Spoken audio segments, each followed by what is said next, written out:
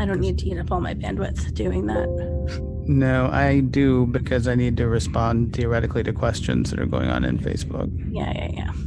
They don't John matter. and Ken. Yeah, except it's not going to be John and Ken. But I'm seeing a minute 30 here, Earl. Is that right? Okay.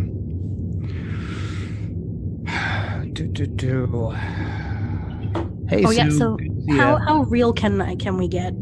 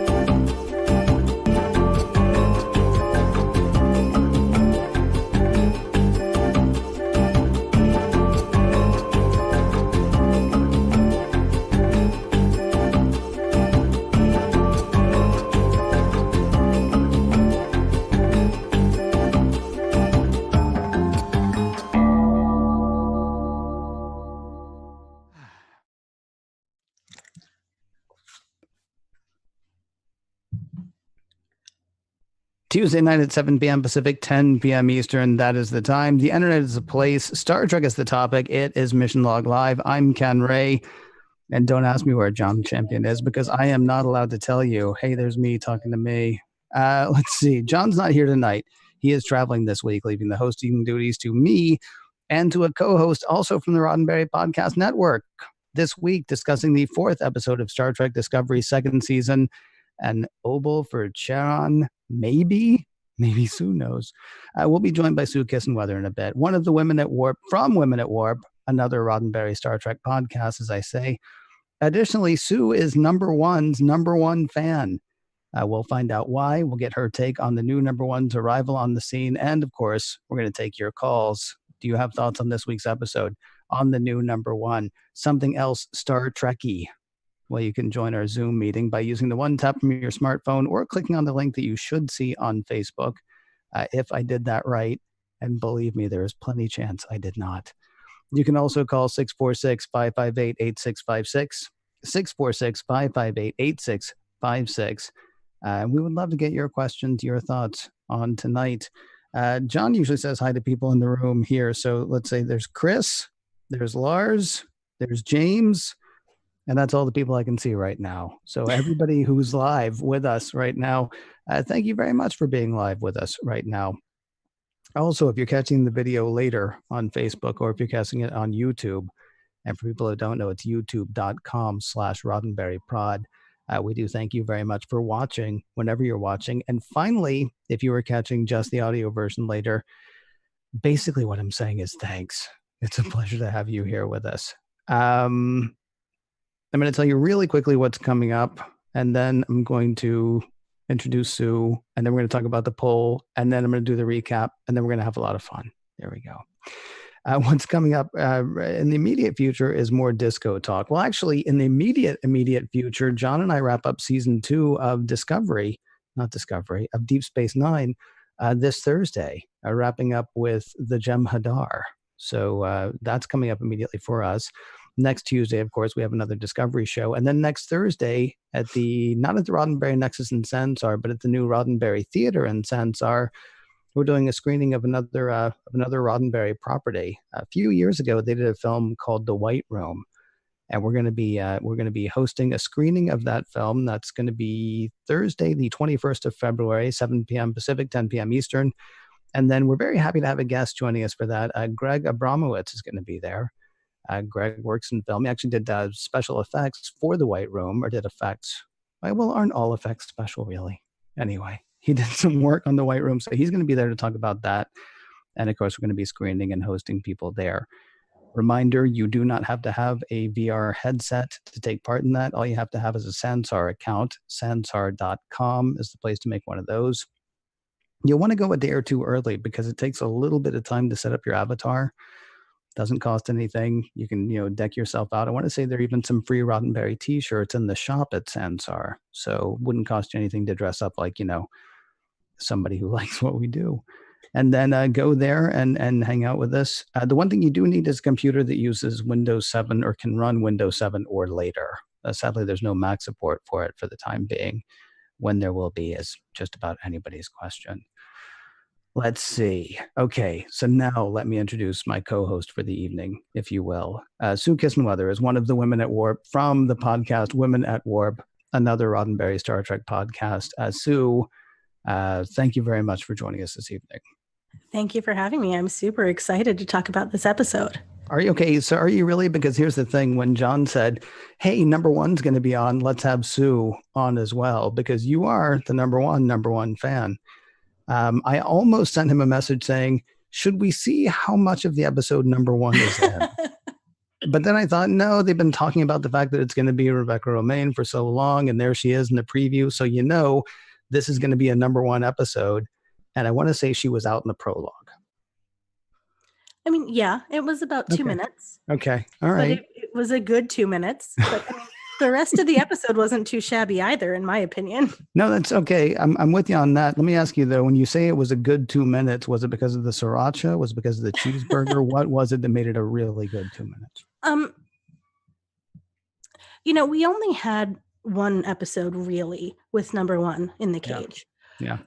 Right. You can argue the menagerie, but it's the same footage. And one of the reasons that I love Majel's number one so much is because we get so much depth in that character in just that one episode, more so than we do from some of the women in the first couple seasons of The Next Generation. And I wanted to see that they would bring that to this new number one, to Rebecca Romaine's number one. And even though it was very short in this first episode she's in, I think they did that. And I think because the cage is about 3 or 4 years prior to what's happening in Discovery right now. Mm-hmm. I think we have seen how her relationship with Pike has grown. I think we see a little bit of her like Sassatron in her discussions with him. Right. And we see right away in that very short amount of time how good she is at her job. I want to talk to you a lot more about number one, not only the number one that we saw this week, but also the one from, I guess, pre-TOS, if you get right down to it. But first, there's the other stuff that we normally do here. Like, I'm going to remind people about the poll that we have going currently, as well as the poll that we had last week. Last week, is the spore creature evil? It was a play on words, Sue. Do you like plays on words? I do. Okay, so may be 37%, may be not. See, because the spore creature, her name's May. 63%. I think that's the way it's going to be. She's going to end up being, well, I don't know, because then she got scary towards the end of this episode, but we'll do that part in the recap and then we'll come back. The question this week, and I'm sorry, I don't have any of the stats in front of me right now, but the question this week, what's your groove? Are you a fan of the standalone episode, or do you prefer part X of 14? Gotten into a discussion with Elijah from Priority One earlier this week, and he's going to do a show later, and he'll say what he thinks about it. But he was actually kind of disappointed that it was a standalone episode. He likes sort of the Game of Thrones thing, where if you didn't watch last week and you're not planning on watching next week, there's no point in watching in the middle. He wants it all Spock all the time, or all the search for Spock, I suppose, which is, I guess, what this whole season could be called now I think about it. So that's what brought the question up. So I'm curious what everybody else thinks. Standalone or part X of 14, Facebook.com/missionlogpod is the place to weigh in. And that poll will be up there until we come up with next week's poll next week. Sue, if you got a minute, I'll go ahead and recap the episode for people, and then we'll hopefully take some calls, take some questions. Again, use the one tap from your smartphone or hit the Zoom link on the Facebook page or give us a call at 646-558-8656. Will you allow me to do the recap? Take it away. Thank you very much. Hey, look, it's number one. Pike's first officer from the Enterprise. She's got an update on where Spock's headed. She found the info. Better that Pike not ask more questions. With that, Pike says goodbye to number one. She'll be staying on the Enterprise. Then he puts Discovery on course to intercept Spock. Far from excited, Burnham asks that she be no part of any of it, a request that Spike is on his way to denying when Discovery is pulled out of warp by something. It's big and it's scary. Also, the blobby thing that used to be Tilly's imaginary dead friend May is in quarantine, and Saru has a cold, and stuff's about to get crazy. The space thing that's grabbed Discovery is 100,000 years old, unlike anything Starfleet has ever seen. It's vibrating, maybe trying to communicate, though that idea is practically forgotten when the Universal Translator goes nuts. Everybody on the bridge and on the ship is speaking a different language. Thankfully, Saru knows 94 different languages himself. He's able to understand just about everyone on the bridge and fix their systems for the time being. They figure that that thing that they've encountered has given the ship some sort of virus. Wiping it out won't be easy. Luckily, engineering is not affected. That's where Stamets, Tilly, and Jet Reno are chatting. Reno's been sent to make sure engineering stays unaffected. Stamets and Reno argue about spores versus dilithium for propulsion. Reno likes a good chemical reaction you can understand. Stamets likes how clean and renewable spores are. It's all fun and games until the virus does affect engineering. The room seals itself to protect everyone, though it might kill everyone inside. It's cool. They solved that problem. But there's a new one. The blobby thing that used to be Tilly's imaginary dead friend May has escaped quarantine and attached itself to Tilly. Also, Saru's cold. That's starting to look much more like something worse than a cold. His ganglia are acting up. He's seeing ultraviolet flashes no one else is seeing, and he's dying. This fear is kicking in the process that happens when it's time for a Kelpian to go for slaughter. Saru will either die or go mad, then die. So it's worse than a cold. Speaking of colds or worse, Saru thinks they could come up with some sort of digital antibodies to slow the progress of the virus on the ship. Saru and Burnham will work on that. Also, when the time comes, will Burnham catalog his journal so that eventually his people can know what he did, once telling them wouldn't violate General Order 1, that is? Also, when the more immediate time comes, he'll want Burnham to cut off his threat ganglia and kill him. To stop him from going mad. Back on the bridge, Pike's worried that they're about to lose Spock's trail. Burnham heads to engineering to see if they can boost power to get away from the space thing and get back on Spock's trail. In engineering, Stamets thinks maybe they can talk to the thing attached to Tilly, ask it what it wants. It'll involve drilling a hole in Tilly's head, but she'll be fine. And that gives Burnham the idea that maybe the space thing is trying to talk to them. The space thing is dying, taking 100,000 years of experience with them. It wants to tell its story, to pass on its knowledge. Saru's empathy has put him in the death throes that he's feeling from the space thing. They have to talk Pike out of killing it, which they do, and they get a ton of info. Starfleet will be working through it for 100 years. And great news, one of the last things it saw was Spock's trajectory. So they're back on his trail, and Michael's on board because of a conversation she had with Saru while he was dying. He made her promise to make amends with Spock. Also, Saru didn't die. Right as Burnham was about to cut off his ganglia, thus killing him, in theory, his ganglia fell off. He didn't go mad. He didn't die. In fact, all fear is gone. He feels power. And now he wants to save his people. Maybe we'll get to that. So, all's well that ends well, right? Yeah, we forgot about Tilly. The thing that attached Tilly's the thing they attached to Tilly's head to talk to May worked. Turns out she's a member of a formerly peaceful race whose life was disrupted by an alien life form traipsing all over its environment. That would be Stamets and his jumps aboard Discovery. It was ruining May's ecosystem. Stamets apologizes and asks May to return his friend, but she says she can't. The thing has other plans for Tilly. The blobby thing that used to be Tilly's imaginary dead friend May has swallowed Tilly whole. Reno and Stamets get her out, though. Or do they? They decide they need to close the door to the network forever. the blobby thing sort of shot spores in their face as they were trying to get Tilly out.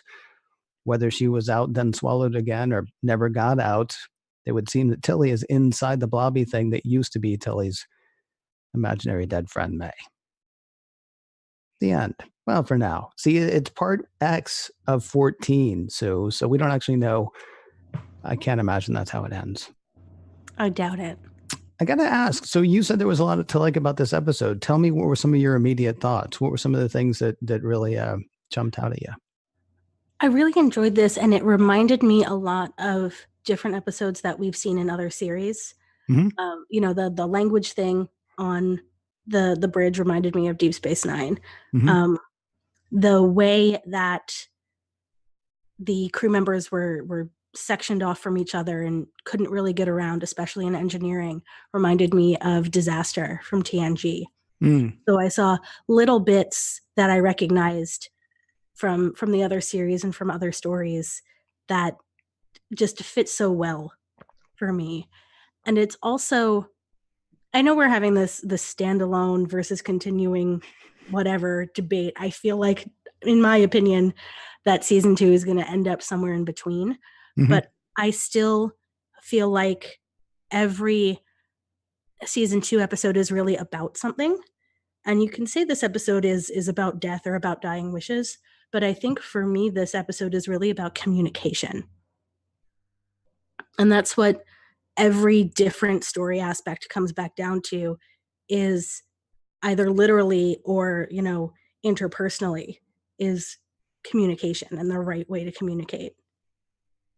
I want to remind people, if you want to get in touch with us, 646-558-8656 is the phone number to call, 646-558-8656, or you can use the one tap from your smartphone or click the link on the Facebook page. And I'm really going to encourage people to actually call in, because I'm seeing a bunch of questions go by really quickly on the Facebook page. And like, there's almost enough time to read them before they're gone. Like Sue, somebody actually had a question for you specifically. Yeah. I believe they said, do you feel like the writers this season have a hand on Burnham's character? I'm sort of surprised they didn't ask about number 1, although we had like 2 minutes of number 1. So the question as it was posed was, do you feel like the writers this season actually have a handle on the way they're treating Burnham's character this season?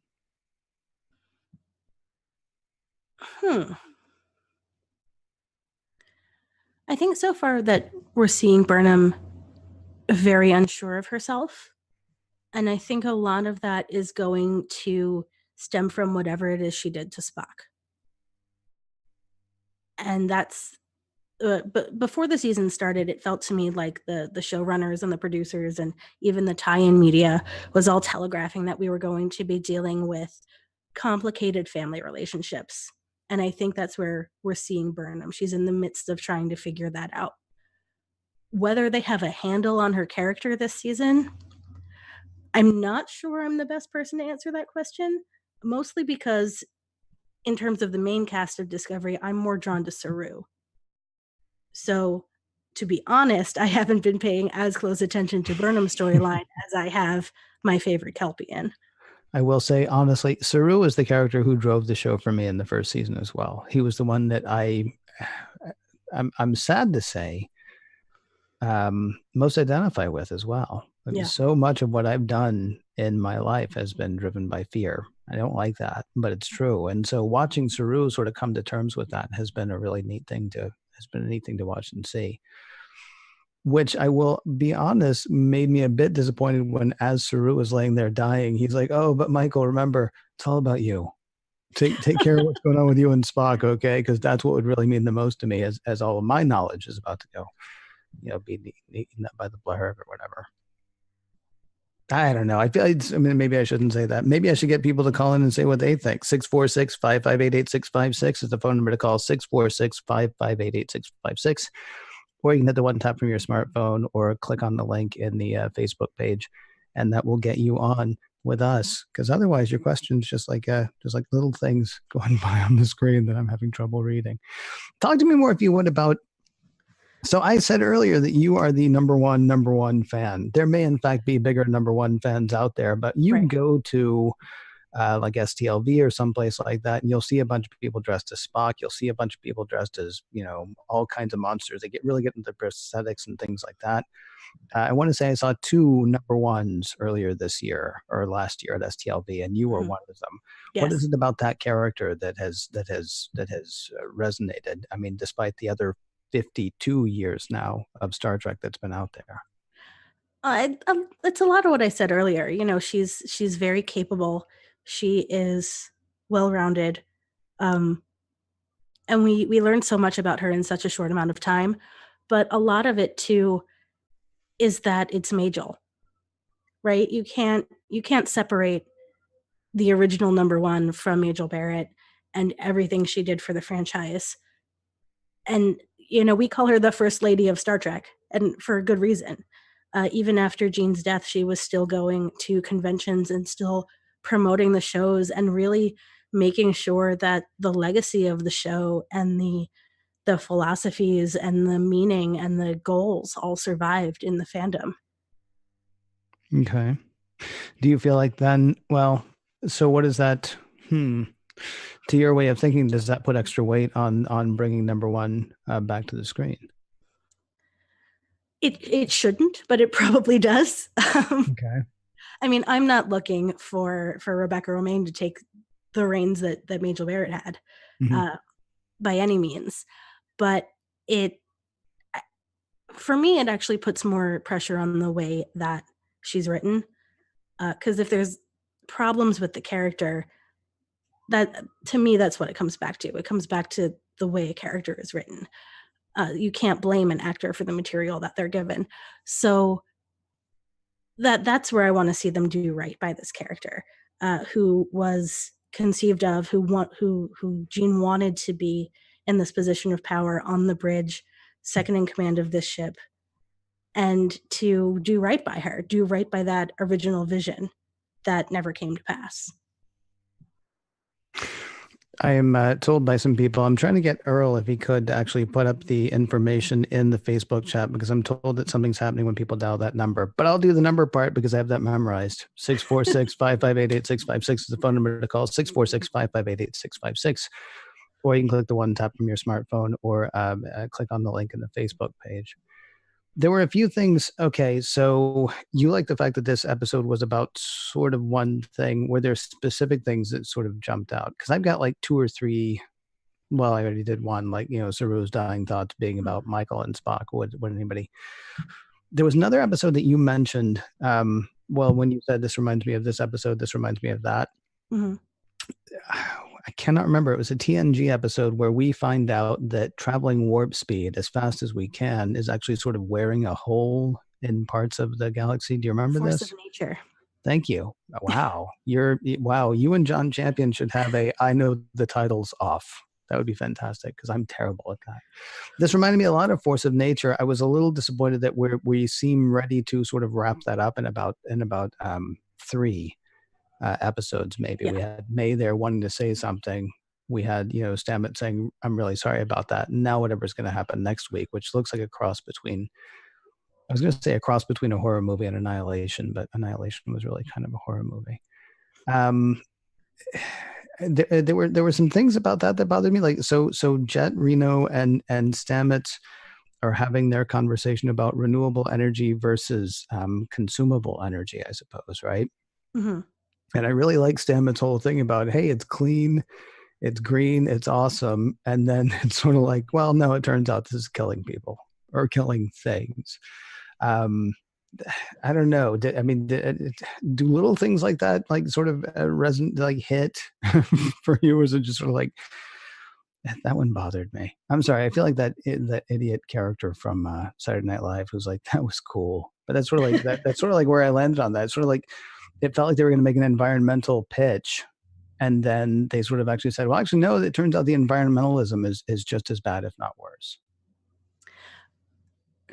I don't know if it bothered me. I think it is an interesting way to make people realize that newer isn't always better, or that everything has consequences. Hmm. Just because something is recyclable. Is it really recyclable? Is it 100%? Because nothing's really 100%. Sometimes it's only 10%. Is what does renewable really mean in this instance? What does green really mean in this instance? Um, and I think it's a bit of a reminder that we need to be more conscious about that sort of thing. It does also solve the problem that a lot of people had all season last year and into the beginning of this one. The spores drive so awesome. Why aren't we still using it? Right. So, I mean, I guess we could be going ahead and taking away that issue as well. We Yeah. knew we were going to get a reason eventually. Yeah.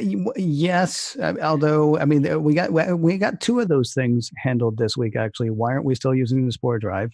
Mhm. And why does the Enterprise have all the flat screens instead of all the holograms? Right? Because apparently Pike thinks that's the problem with the Enterprise. He said that Olivier warned him. He did say that, yes, but if everybody else, I don't know, kind of is Olivier a character that we actually remember? Forgive me, because I've watched The Cage a few times, but it's only been a few. I don't think we meet him, but we might again hear the name. All right. I'm not positive on that one.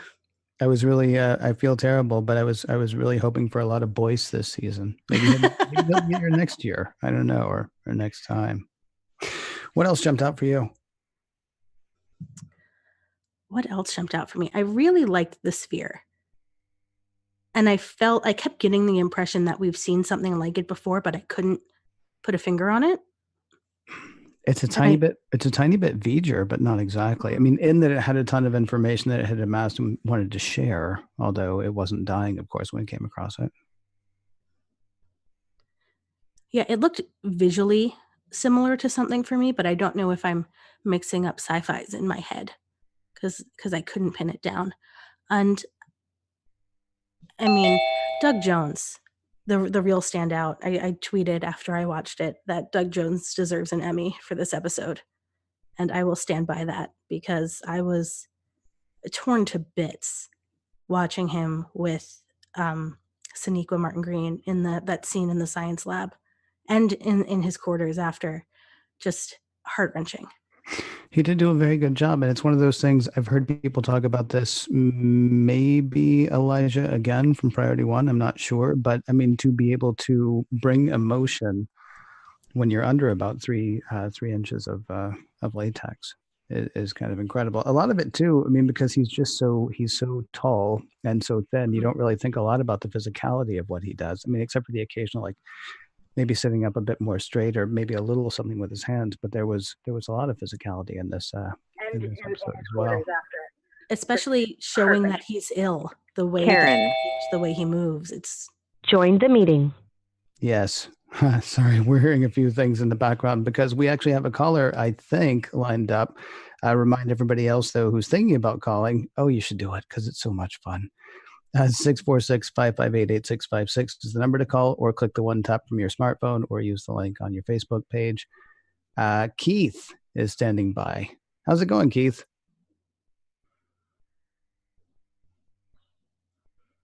Keith? All right. Thank you. Sorry, I was muted there. No, quite all right. What's on your mind tonight, man? Hey, Ken. Nice to talk to you again. Hi, Soon. Nice to meet you. I know in the main thing I wanted to just say about this episode, and it's almost at bonk on the head level, but they had talked at the beginning of the season that this season was going to have a lot to do with family. And they really hit it with this one in the whole scenes with Michael and Saru, and as also to a degree the scenes of Stamets and Tilly, that you have these family units forming within the crew, sometimes together, sometimes separate, but it's almost, they pretty much said it almost that Michael and Saru have this brother-sister sort of relationship going. And when you look back, every episode has had some family thing to it, whether it be Laurel telling the Klingons to call her mother, or the first episode being called brother, or Amanda coming back. There's very, very strong family messaging across every episode so far. That's really interesting. It hadn't occurred to me. Well, it hadn't occurred to me. When you say it that way, it's very obvious that there is that family string, but I hadn't felt it, I guess, so much. What about you, Sue?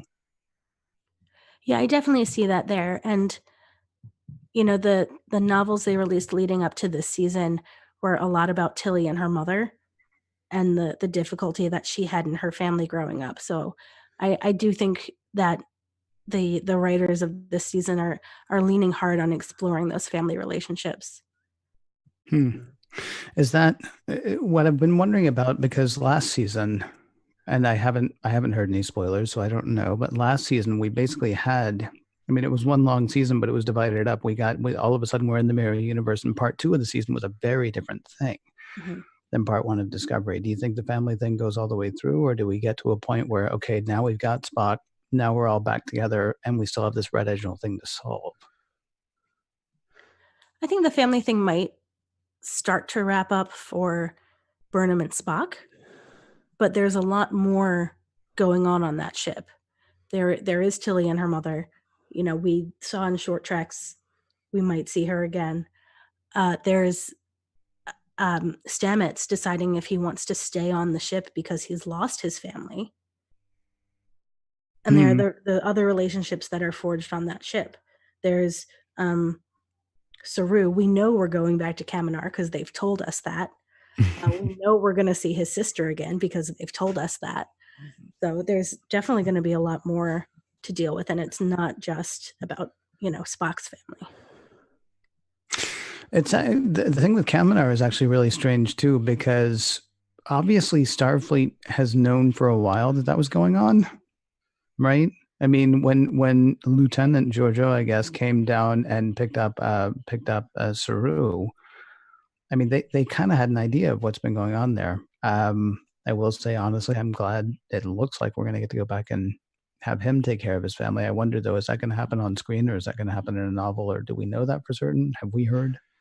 If you watch some of the next time trailers, they've shown in brief shots, you see Saru with his sister in the transporter room. So she makes it onto the Discovery if you catch it real quick in the they have told us that an episode this joined the meeting to Kaminar.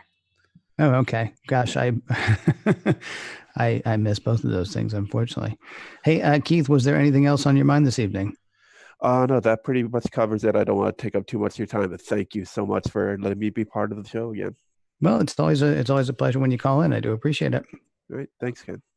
646-558-8656 is the phone number to call, 646-558-8656. Or we do also have ways that people can join on video, just the way Keith did a moment ago. So I'm picking up names, I think, as people are calling in. I believe there is a Karen on the line. Is there?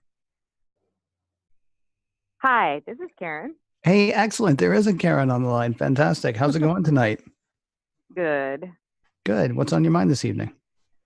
Well, I had some of the same observations that Keith just had about the family relationships. I mean, that there's been this mini arc going on of, the definitely strong relationships. Kind of connected to that, I think I've heard the word love more in Discovery than I ever heard in almost any other Trek. It's been very, really interesting how strong these bonds are. And I know some people are like, oh, did he really have to use the drill? But I loved the space oddity scene. I loved that. To me, that's the way Paul Stamets could tell Tilly he loved her. And she says she knows, something that in his character, he wouldn't necessarily come out like Michael and say it. I just thought that was very touching. And just a lot of this episode was touching in that way. And I really appreciated it. I just thought this was a lovely episode all the way around. And I loved all of the universal translator look at what would happen if that broke down, you know. Very interesting to see that. It's like, yeah, you know, it's a complicated thing. I actually found myself wondering if anybody was speaking a language that they actually spoke, which I know is kind of weird, but like, does Pike speak French? Like, I'm I not. know. Yeah, it was. I wondered that too. That was the last time I remember seeing the Universal Translator. I mean, Sue, of course, mentioned the DS9 episode earlier, but in Star Trek Beyond, I think when that character beamed onto the ship and was trying to talk and the lips didn't quite sync up and the words were having trouble catching up. That was actually a really neat. And there's almost nothing to. There weren't really effects for all intents and purposes, with the exception of the subtitles. But that was a wonderful bit of that was a wonderful bit of science fiction mind bleepery, as John and I are fond of saying. I think it bothered people.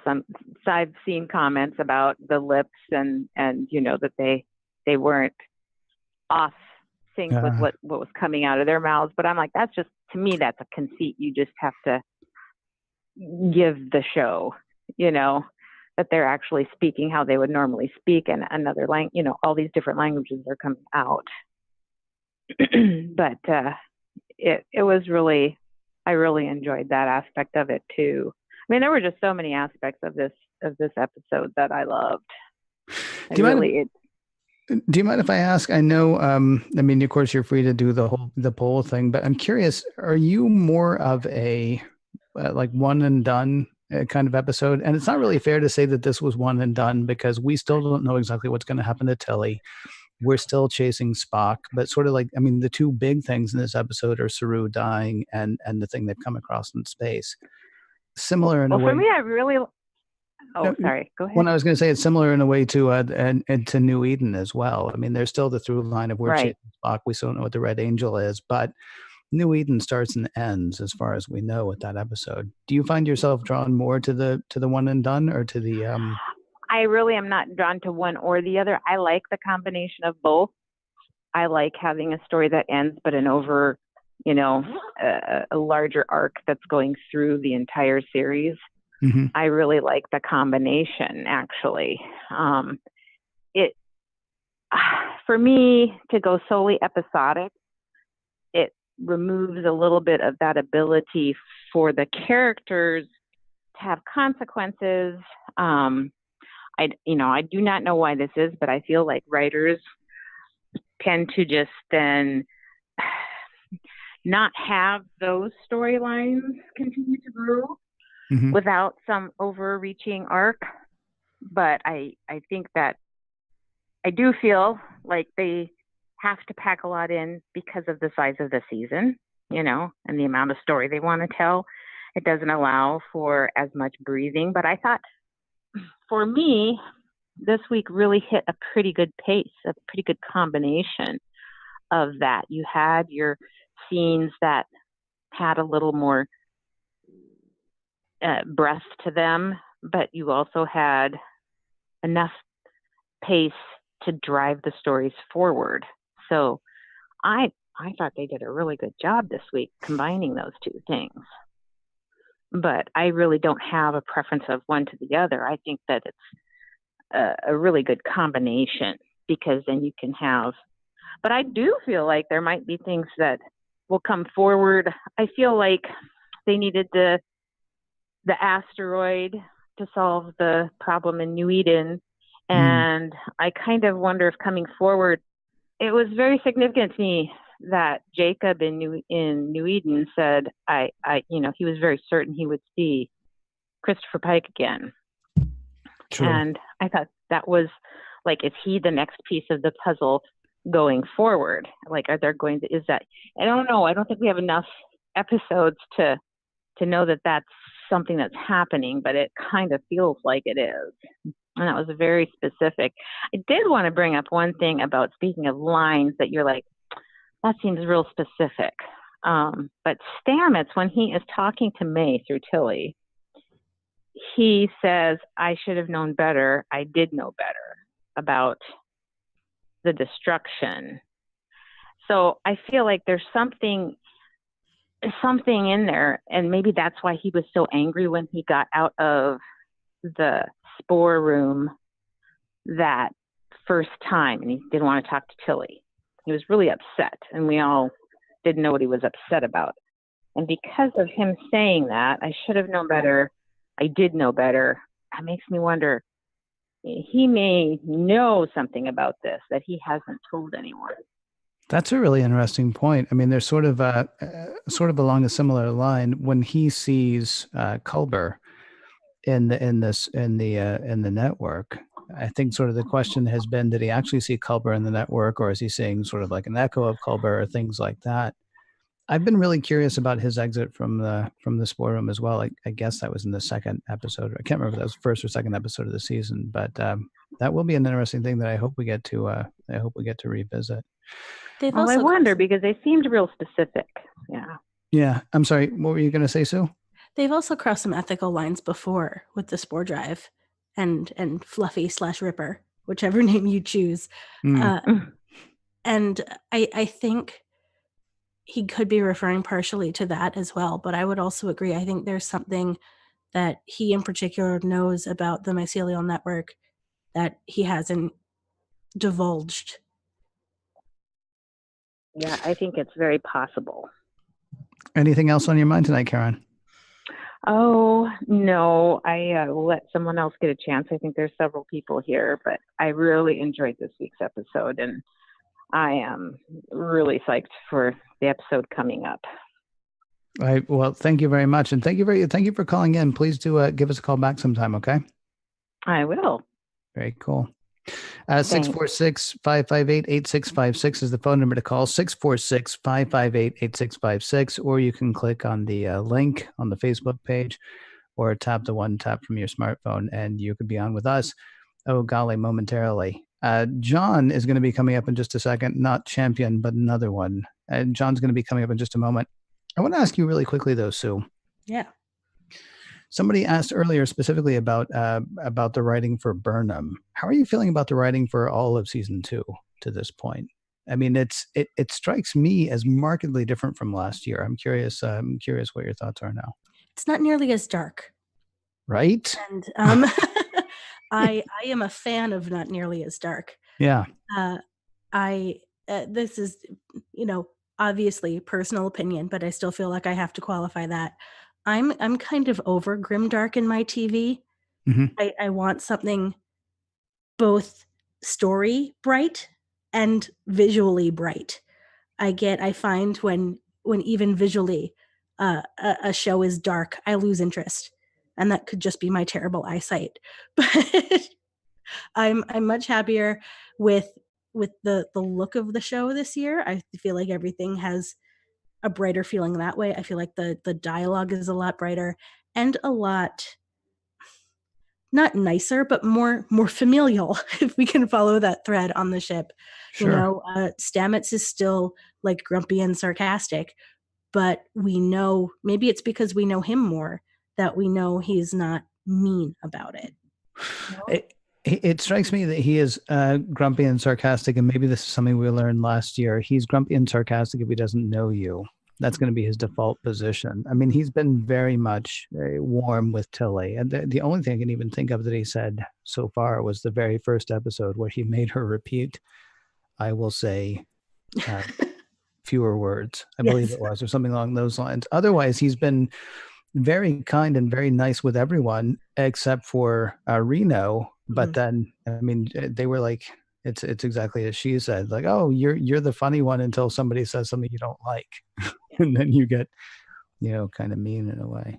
I think the reason I wanted to ask you that question is I was thinking about, again, this poll question that we have. Do you like the one and done, or do you like the continuing thing? And I'm thinking, I like the one and done because we get to, sort of a happier, not a happier place, but we get to a resolution. It's not, it looks like things are going to be okay, and then they're dark, and then it looks like they're okay, and then they're darker, and then things get bad, right? But I don't know if that's a function of one and out, or if that's a function of the writers are not necessarily going as dark this year. So yeah, I like this setup. that there are a couple larger issues that we have to deal with. There's finding Spock, there are these 7 signals, there's the Red Angel. Mhm. But then each episode, there's also something immediate we can deal with. Mhm. So while you have this longer problem, you have little wins along the way. Yeah. And that helps you create those moments of lightness and those moments of relief. I'm not nearly as exhausted watching season 2 as I was at the end of every episode of season 1, it seems, or almost every episode. Honestly, I think this is probably why it's sticking in my head as well. My 2 favorite episodes last year were the 2 standalone episodes. The one that Pavo, and I am having trouble remembering right now what the other one was, but they were my favorites. Madness to make the sanest man go mad? Or Magic to make the sanest man go mad, the time loop one? It might have been that one. Yeah, because that was pretty much standalone. You're right. Yeah, I think that was probably it. I'll have to go back and watch sometime and know for sure. 646-558-8656 is the phone number to call, 646-558-8656, or you can tap the link in the Facebook chat, or you can click the one tap from your smartphone and join us. It was John I mentioned earlier was going to had called in, and he's on the line now. Good evening, John. Hey, Ken. Hey, John. How you doing? Hey, Sue. Hi. You said at the top of the podcast that you were a big fan of number 1. And in the run up to this week's episode, and we were all excited to even get a glimpse of her in this episode. And I found myself in a couple of really interesting discussions, and I wanted to run one of the premises by you because I'd love to get your take on it. All right. And that's her name. I heard a lot of people, there were people and friends of mine that I interacted with in the run up to this that were like hopeful that they'd give her a name. And I was one of the people that was like, no, don't give her a name. It's the worst thing you can do. Cause I like that little bit of mystery, like Rhoda's doorman or Vera on Cheers. I just love the idea that we'll never know what her name is. But, there was a podcast quite a while ago now, Larry Nemechek's Trek Files, and John, of course, is the co-host of that. And it was an early one where they had DC Fontana on, and they were discussing the origins of Star Trek going back to like the pre-Bible days of the series, 63, 64. And the idea that number 1, if they had gone to series, would never have actually had a name. It turns out that number 1, according to DC, was never the naval or even the Star Trek The Next Generation parlance of calling your first officer number 1. It's that she, while she looks human, she is only humanoid. And we'd have found out eventually, if they'd had an opportunity to develop the character, that she's an alien. And in her society, you rise up through the ranks of your society, and that number 1 is in fact number 1 for her generation on her planet. And as the best and the brightest, she went and joined Starfleet. So it turns out that if that character had gone to series, if that character had been allowed to develop, number 1 is actually the closest thing she has to a name. Yeah. And I find that fascinating. Like, I love the idea, but I also understood that, the other side of it is there were people that were advocating for the idea that the character should be named. It gives the character her own agency to have her name. And I just kind of wanted to get your take on it. Well, I have certainly heard all of that previously. And depending on how much of the additional media you want to tie into it, she is either Illyrian or a human born on Illyria, I believe is the name of the planet. But most of the time I hear it explained that her birth name is unpronounceable by humans. So she has one, right. But it can't be spoken, right? So she's called number 1 because she rises to the top of her class or in everything she does.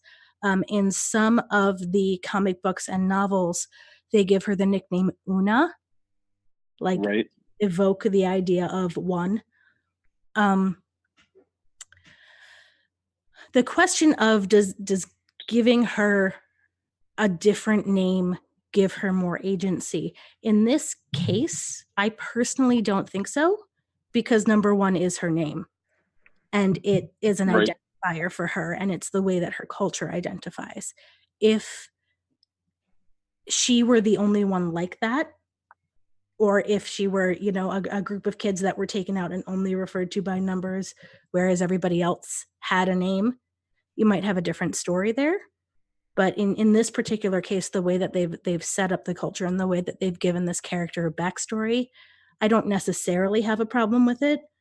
Other than that, you know, in universe, are you really going to sit down and talk to your friend and call them number one? You know, it's a little cumbersome after a while. I would hope they would have found something else to call her, even if they made the nickname. You know, it's not your real name, but you can call me this. And that also gives her a choice, especially if she's the one saying, you can refer to me as this. My chosen name, the name that I choose to go by is Una, or there are a few others. I don't remember quite what they were. But. I thought of something that would sound potentially really clumsy, which would be like Commander Number One. Yeah. I mean, exactly. It makes you wonder what would a subordinate refer to her as, right? What were you going to say, Ken? No, I was going to ask Sue, is there anything in particular that you're looking for out of that character in this season? I mean, or is it just you're so excited to see more of that character that as long as they don't do something that ruins the character for you, you're going to be fine? You know, I want her to stay smart. I want her to stay dynamic. Yeah. I like that she. I think I learned something about myself preparing for this episode, because I liked that she like sassed back to Pike right away. Mm-hmm. And then it occurred to me that those are also my favorite Picard Crusher scenes. So interesting. Maybe I'm seeing some of that in there, or projecting something. I don't necessarily want any romance to happen, but I like the dynamic that when officers are not afraid to stand up to their captains, and when they do so aren't afraid to be, I can't think of a synonym for sassy about it. You know? Right. You know, there's something I'm dying for, though. I really want a scene where we see Michael Burnham and Number One together. See, in the earliest development, as I understand this to be, in the earliest development of the series, you know, they were reaching for the character Number One. And as the character in the show developed, the character became Michael Burnham, and Number One is, you know, of course, remains Number One. But the part of the reason, as I understand it, developmentally, that Michael Burnham was to be raised on Vulcan, and she was supposed to be a little bit cooler and more calculating, a little more logical than your average human, is because those are the character traits that were originally attributed to Number One before they were redistributed to Spock back in the 60s. So there's this sort of thing now in my head where you have two alternate universe versions of the exact same character meeting. Like, I really want to see Number One and Burnham together and in a two-shot sharing dialogue together, because in a weird way, in my mind, that will be a character talking to themselves. Maybe, and playing I find that chess. Fascinating. What's that? Maybe playing some 3D chess. You know, like how. And the best she could hope for would be a stalemate, right? Right.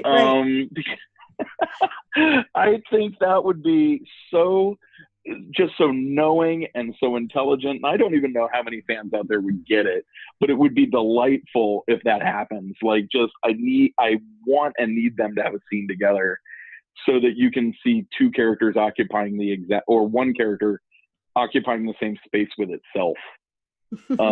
That's just cool.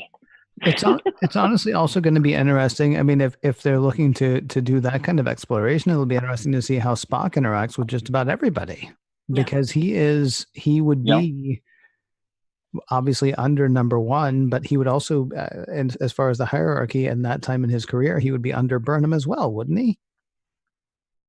Right.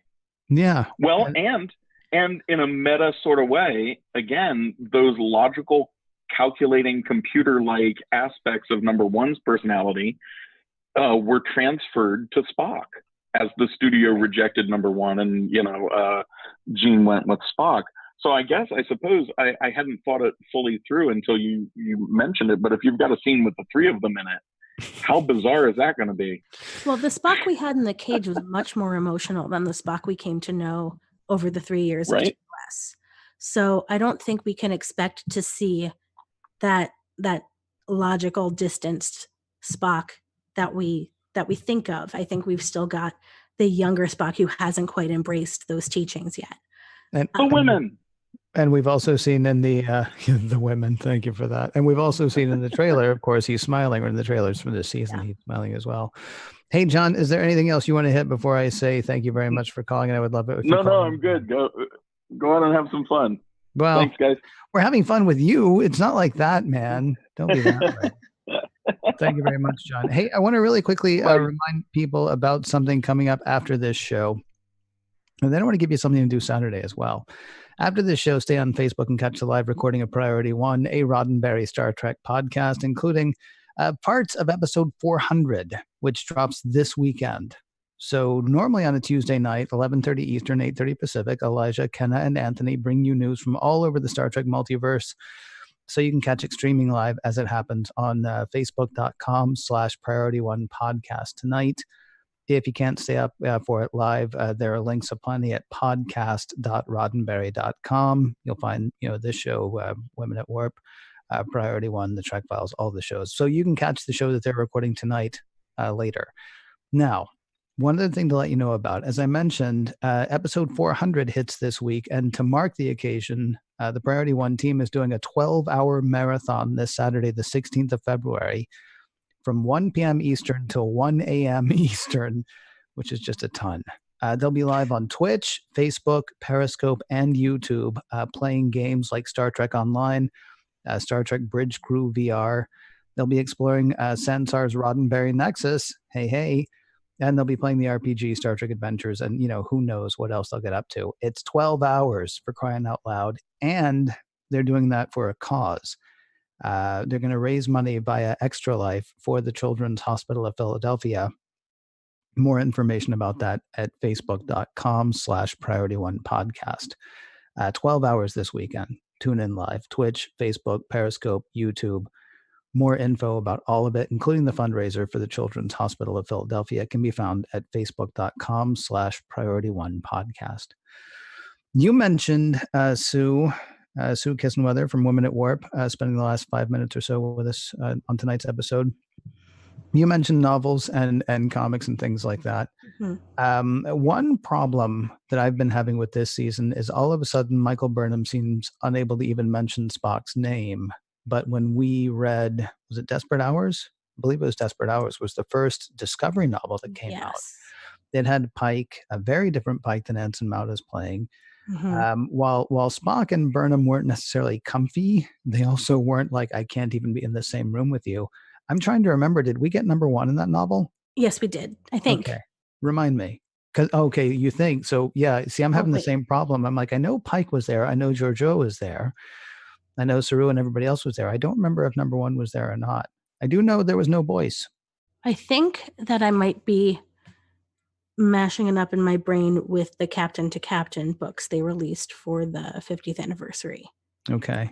Yeah, I don't know. Has been in books recently. I don't know for sure that she was in that first Discovery book. But yeah, I noticed that as well. I mean, we have in that book Burnham and Spock working together on their mission that's supposed to happen just a year or so before Battle of the Binary Stars.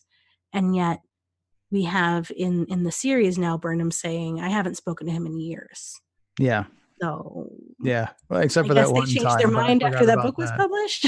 Yeah, I guess so. That's kind of odd. I will say, I didn't ask you what your feeling has been about Pike to this point. I was not a fan of the Pike in that book.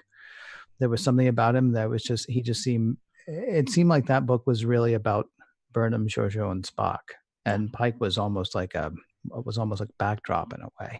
I've been really happy with Pike this year. So at the risk of coloring your response, what do you think of Pike? I am also very happy with Captain Pike. Oh, cool. I think Anson Mount is crushing it for sure. Yeah, and yeah, he brings and of course it's kind of like when they came in, I guess at the end of the first episode when Pike was like, "Where does somebody sit here?" And the answer was, "Well, nobody sits here," because Lorca wasn't that kind of guy. I mean, maybe you could almost have Jellicoe in there and think, "Oh, this guy's great," compared to Lorca, certainly. I think the bit that Go ahead. I'm totally sorry. encapsulates this Pike is when he says, "Skip the ranks; they don't matter." That's really interesting. That's right. When he went around, but he did want to know everybody's name, and he's been using them all quite a bit as well. Well, we are just about at the end. I think people have heard us. Well, I know we've had other guests from Women at Warp on before, and I know people have heard us talk about the Roddenberry Podcast Network. But please, won't you, if there's any place you would like for people to find you, to follow you, and of course, if you want to give the elevator pitch for Women at Warp, now would be the chance. Yeah, Women at Warp. We are a feminist Star Trek podcast here on the Roddenberry Podcast Network. Now I can't speak. We release every other week, and have some interesting stuff in the works. So you can find the website over at womenatwarp.com. We also have a blog where we have contributing writers and we have recaps of every Discovery episode, usually the day after they air. And they're also usually pretty snarky if you like your Trek with a side of snark. And in particular, if fandom history is your jam, as it is mine, I recently published an article in a fanzine called Journey Planet that is a brief herstory of Star Trek fandom. So you can check that out too. Very cool. Well, I can't thank you enough for, I know I started off a little, what's the word I'm looking for? Hinky for this episode, but I can't thank you enough for filling in for John. And why don't you do it next week and the week after? And, we'll see. I've got plenty of blazers. Excellent. Fantastic. All right. And me without mine. Mission Log Live is produced by Roddenberry Entertainment. Executive producer Rod Roddenberry. Technical production this week. Again, a huge thanks to Earl Green for doing what he does. We would love it if you would check out, podcast.roddenberry.com. I'm skipping that part. We need to take that part out of there. Podcast.roddenberry.com. As Sue just mentioned, I mean, there's Women at Warp. There are the Trek Files. There's Mission Log Live. There's Mission Log. And I know I'm forgetting one. Oh, Priority One, which is coming up in a few minutes. Thanks to everybody who joined us live. Thanks to everybody who's joining us later. And we will talk to you next week.